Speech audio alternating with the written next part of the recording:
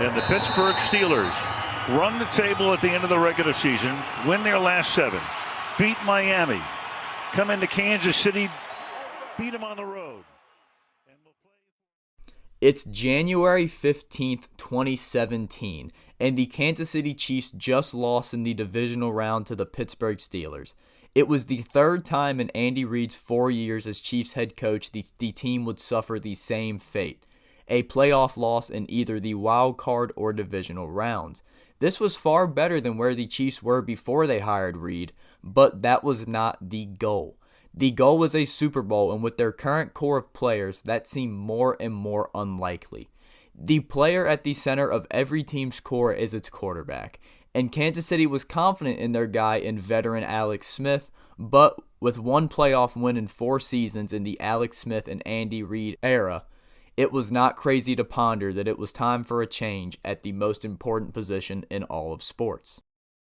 Going into the 2017 draft process, Kansas City holds the 27th pick, which is certainly not the prettiest pick to get a quarterback. When you look at this year's QB class rankings, you consistently see at the top 1-year starting UNC quarterback Mitchell Trubisky. Trubisky was praised for his accuracy, with his downside being lack of starter experience. At number 2, you commonly see national champion Clemson quarterback Deshaun Watson. Watson was praised for his champion experience and leadership qualities, with his accuracy being questioned by scouts. Enter Patrick Mahomes, commonly seen as number 3. Mahomes was extremely interesting as he featured great mobility and incredible arm strength, which sometimes led to some great improvisation plays and sometimes led to some really awful decision making, which was greatly frowned upon. He was a fascinating raw prospect, and no one really knew what to make of Mahomes except for Brett Veach.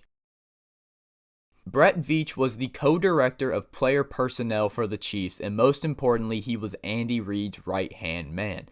They were together for 9 years in Philadelphia as Veach rose from coaching intern to scout in 6 short years.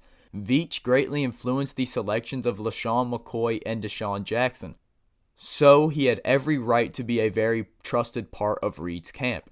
In fact, he was the only one who went with Reid from Philadelphia to Kansas City back in 2013. Veach described Mahomes as the best college player he had ever seen, and Veach would persist the greatness of Mahomes to head coach Andy Reid and GM John Dorsey, and they were buying it. But with a prospect like Mahomes who is very enticing, it is very easy to mess it up. He was a very raw, not very pro-ready prospect, and if a bad franchise were to pick him and throw him into the Wolves, who knows if it would have worked. The situation surrounding the quarterback is the most important thing in any quarterback development, but in this case, it is the difference between a first-round bust and an MVP caliber player. The Chiefs had a great situation for Mahomes, a veteran QB in Alex Smith to sit behind and learn from, and also a head coach in Andy Reid, who had been Brett Favre's QB coach and worked with Donovan McNabb for many years, is certainly qualified for the position of teaching Mahomes. It is all lining up for Kansas City to select Patrick Mahomes, but can they get him? Getting the right trade up was key for all of this to work, and that was the job of general manager John Dorsey.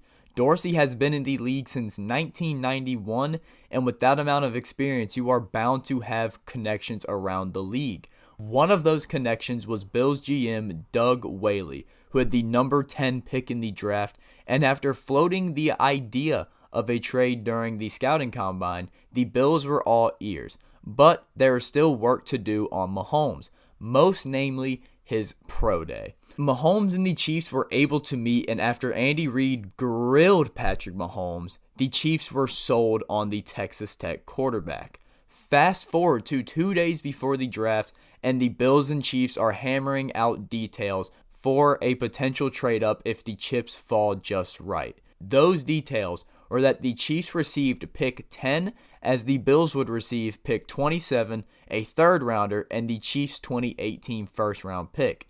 It was a tall price considering Kansas City had already had a Pro Bowl QB, but when you believe you are getting a Hall of Fame quarterback, The Price is Right. Now, what would have to happen for the chips to fall just right?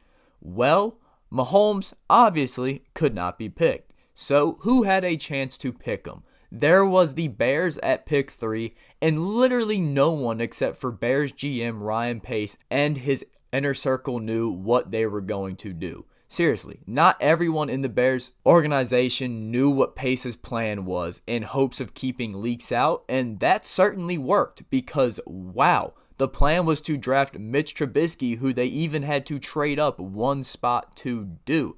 That was a shock felt league-wide, and now QB-needy teams were left with either Deshaun Watson or Patrick Mahomes. At pick 3, the 49ers went the defensive route, getting DN Solomon Thomas, and quarterback-wise, at pick 4, the Jags had already had Blake Bortles. At pick 5, the Titans already had Marcus Mariota, and at pick 6, the Jets were dead set on LSU safety Jamal Adams. That leaves the other main contender at pick 7, and that was the Los Angeles Chargers, who already had an aging QB in Phillip Rivers, and they would stick with their legendary QB and draft wide receiver Mike Williams out of Clemson. The Panthers would select Christian McCaffrey, and at pick 9, the Bengals would select John Ross. As the Bills are on the clock at pick 10, it was go time. John Dorsey and Doug Whaley laid out the terms for a trade once again. Bills GM Doug Whaley hung up the phone, waited a few minutes for a potential better deal. He did not get one. The Chiefs and Bills completed the trade, got the deal done, and moments later, Kansas City had gotten their golden boy. The Kansas City Chiefs select Patrick Mahomes, the second quarterback. It is Patrick Mahomes, the second.